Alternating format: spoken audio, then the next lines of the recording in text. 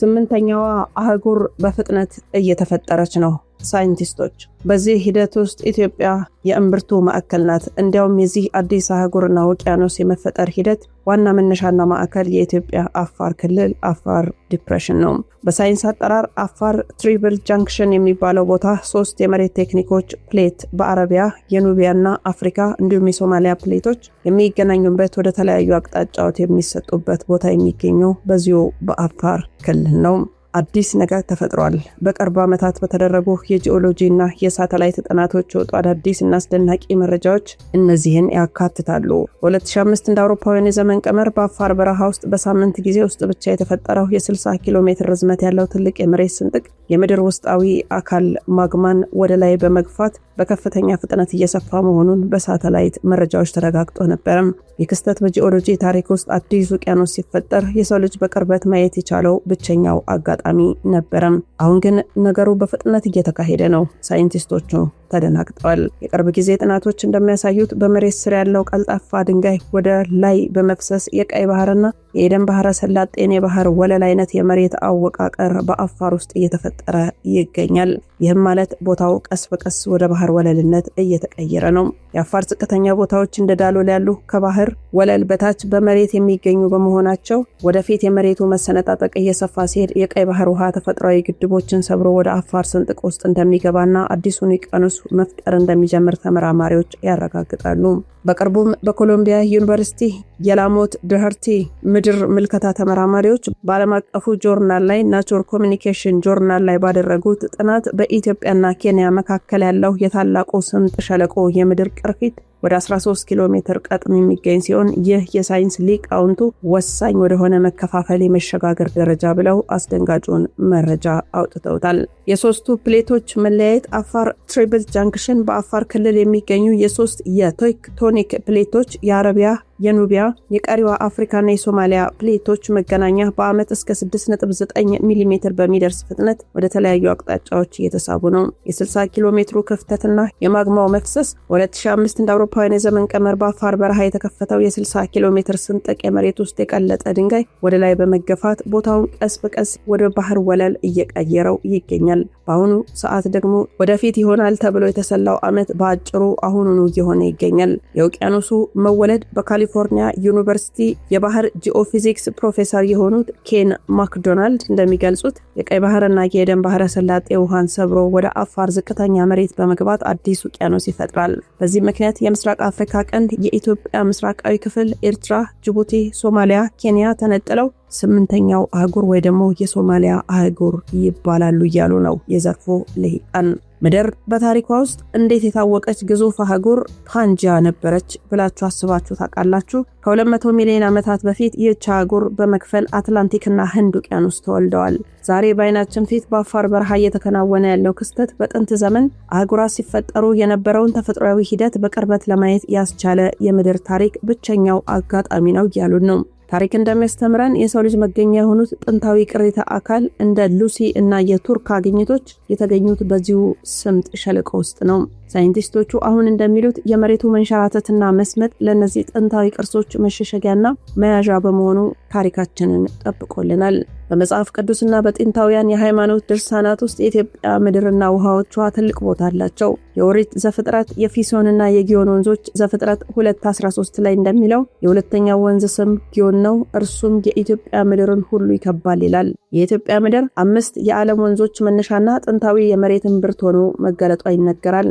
የምድር መሰነጣጠቅና መንቀጥቀጡ ደግሞ በመጽሐፍ ቅዱስ ትንቢቶች ውስጥ ምድር የምታሳየው መናወጥ የመሬት መከፈልን ከአምላኳ ታላቅ የተፈጥሮ ስራዎችና ምልክቶች ጋር ይያዛል።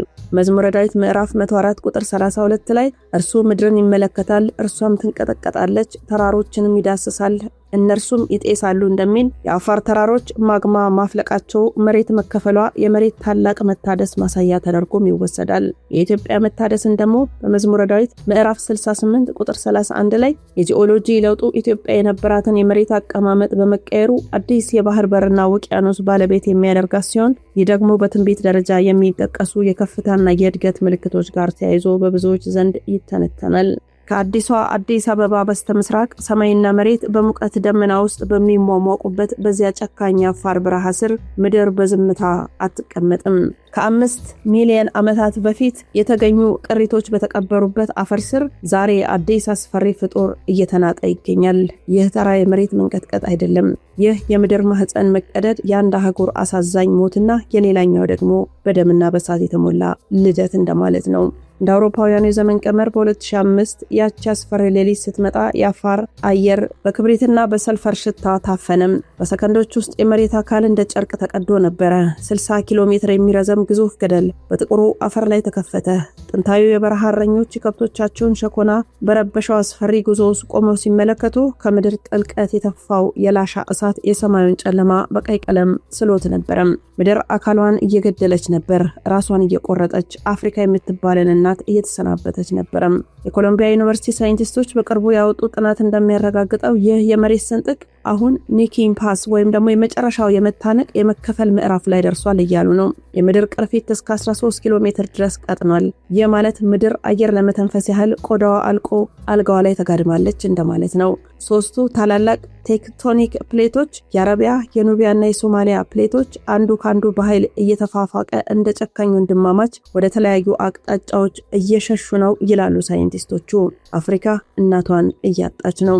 ይህ አዲስ ክስተት አይደለም። ይህ የምድር ዘራቂ ትራጀዲ ነው። ከ200 ሚሊዮን ዓመታት በፊት ፓንጂያ የምትባለው አዲስ አህጉር በዚሁ ተመሳሳይ ሰቆቃ ተከፍላ ነበረም። አትላንቲክ ውቅያኖስ የተወለደው አሜሪካና አፍሪካ በጥላቻና በደም ሲለያዩ ነበረም። ዛሬ ደግሞ ታሪክ በዚሁ በኢትዮጵያ ምድር ታላቁ ድራማውን ደግሞ እያሳየን ይገኛል። የቀይ ባህርና የኤደን ባህረ ሰላጤ ማዕበሎች ከበረሃው በስተጀርባ ሆነው በቅርስና በጭንቅላታቸው የታጠረውን የተፈጥሮ ግድብ እየገፉት ነው። የካሊፎርኒያ ዩኒቨርሲቲው የጂኦፊዚክስ ሊቅ ኬን ማክዶናልድ እንደሚናገሩት ያ ግድብ ሲሰበር የቀይ ባህር ጨዋማ ውሃ ወደ አፋር ዝቅተኛ ምድር እንደ ቁጣ ማዕበል ይጎርፋል። በዚያች ቀን ታሪክ ይደመማል ይላሉ። የጥንቷ አፍሪካ ቀንድ የኢትዮጵያ ምስራቃዊ ክፍል ኤርትራ፣ ጅቡቲ፣ ሶማሊያና ኬንያ ከእናት አህጉራቸው ተቆርጦ ይወጣሉ። አዲስ ውቅያኖስ ይወለዳል። 8ኛው አህጉር በመባል የሚጠራው የሶማሊያ አህጉር በባህር ላይ ተንሳፎ ብቸኛ መንገዱን ይጀምራል። አንይዘውም አንመልሰውም። እናት የአፍሪካ አካል ተቆርጦ ሲሄድ የሚፈጠረው የባህር ወለል የምድር ካርታ ለዘላለም ይለውጠዋል። በመንፈሳዊና በጥንታዊው ዓለም ይህ ክስተት የመጨረሻው ዘመን ትራጀዲና የትንቢት መጋረጃ መከፈት ነው። የኦሪት ዘፍጥረት የሁለተኛው ወንዝ ሚስጥር ሲገለጥ የሁለተኛው ወንዝ ስም ጊዮን ነው። እርሱም የኢትዮጵያ ምድር ሁሉ ይከባል ይላል ዘፍጥረት ምዕራፍ 2 ቁጥር 13 ላይ። የኢትዮጵያ ምድር ከተፈጠረችበት ቀን ጀምሮ የውሃና የመሬት መገናኛ የዓለም እምብርት ሆና የተጻፈች ናት። አሁን ግን ይህችው ምድር በገዛ አካሏ ላይ አዲስ ውቅያኖስ ልትወልድ ታመጣለች። መዝሙረ ዳዊት ምዕራፍ 104 ቁጥር 32 ላይ ያለው አስፈሪ ቃል አሁን በየቀኑ በአፋር በረሃ ይፈጸማል። እርሱ ምድርን ይመለከታል፣ እርሷም ትንቀጠቀጣለች፣ ተራሮችንም ይዳስሳል፣ እነርሱም ይጤሳሉ እንዳለም። ይህ የተፈጥሮ ውበትና ትራጀዲ ስብስብ ነው። የኢትዮጵያ ተራሮች ሲጨሱ መሬቷ ለሁለት ስትከፈል በአንድ በኩል የሚቀረው አካሏ አዲስ የባህር በርና የውቅያኖስ ባለቤት ሲሆን፣ በሌላ በኩል ደግሞ ጥንታዊ የታሪክ መሬት በውሃ ጥልቀት ውስጥ ይሰምጣል።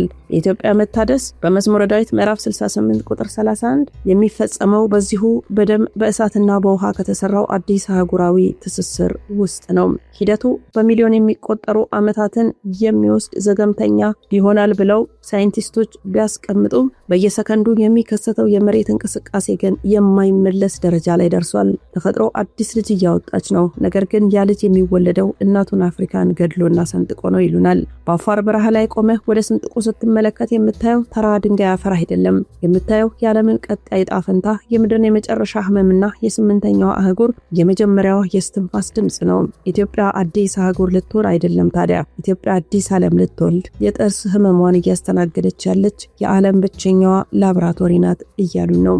ቀስ በቀስ በአፋር ዝቅተኛ መሬቶች አቅራቢያ የሚገኙት ታሪካውያን የምድር ገጾች በጨውና በላሽ አመድ ስር እየተቀበሩ ይሄዳሉ። የቀይ ባህር ጨዋማ ሞገድ የተፈጥሮን ድንበር ሰብሮ በሚገባበት ያቺ አስፈሪ ቀን በአፋር ስንጥቅ ሸለቆ ዳርቻ የነበሩ የሺህ ዓመታት የባህልና የቅርስ አሻራዎች በውሃ ጥልቀት ውስጥ ይዋጣሉ፣ እንደ ጥንቷ አትላንቲስ ሁሉ። የሰው ልጅ መገኛ የሆነችው የአፋር ምድር ከፊል አካሏ በአዲሱ ውቅያኖስ ወለል ስር ለዘላለም ተሸፍና ትቀራለች። ይህ አዲሱ ውቅያኖስ በሚወለድበት ወቅት በሰማይ ላይ የሚታየው ትዕይንት እጅግ ውብና አስፈሪም ሊሆን ይችላል። ከምድር ውስጥ የሚወጣው የቀለጠ እሳትና ከባህር የሚመጣው የቀዘቀዘ ውሃ ፍጭት ግዙፍ የሰልፈርና የእንፋሎት ደመናዎች ወደ ሰማይ ይሰዳል። አካባቢው አየር ይገረጣል። ፀሐይ በጥቁር አመድ መጋረጃ ስር ትሸፈናለች። ተፈጥሮ አዲስ አህጉርን ስትስል በፍጹም በሰላምና በጸጥታ አይደለም፣ በጩኸት በጭስና በታላቅ የደም ማዕበል ነው የምታመጣው። የቴክቶኒክ ፕሌቶች መከፈል በጂኦሎጂ ደረጃ ላይ ብቻ የሚያበቃም አይደለም። የሰዎችን፣ የባህሎችን፣ የታሪክ ገመዶችን በኃይል ይበጥሳል። በአንድ ወቅት በአንድ እናት አህጉር ስር የነበሩ ህዝቦች በአዲሱ ውቅያኖስ መፈጠር ምክንያት በሁለት የተለያዩ አህጉራት ላይ ተነጥለው ይዘጋሉ። ለቀሪዋ አፍሪካ አካል ሆኖ የሚቀረው የምዕራብ ኢትዮጵያ ህዝብ ወደ አዲሷ የሶማሊያ አህጉር የተካተተው የምስራቅ ኢትዮጵያ፣ የኤርትራ፣ የጅቡቲ ወንድሙን በቅርበት ማየት አይችልም። በሁለቱ መካከል ታላቅ ጥልቅና አደገኛ አዲስ ውቅያኖስ ይታያል። አዲስና ጥልቅ ውቅያኖስ ይተኛል። ድንበሮች ይጠፋሉ፣ ካርታዎች ይቀደዳሉ። የሺህ ዓመታት ምድራዊ ትስስሮችን በባህሩ ማዕበል ይበተናሉ።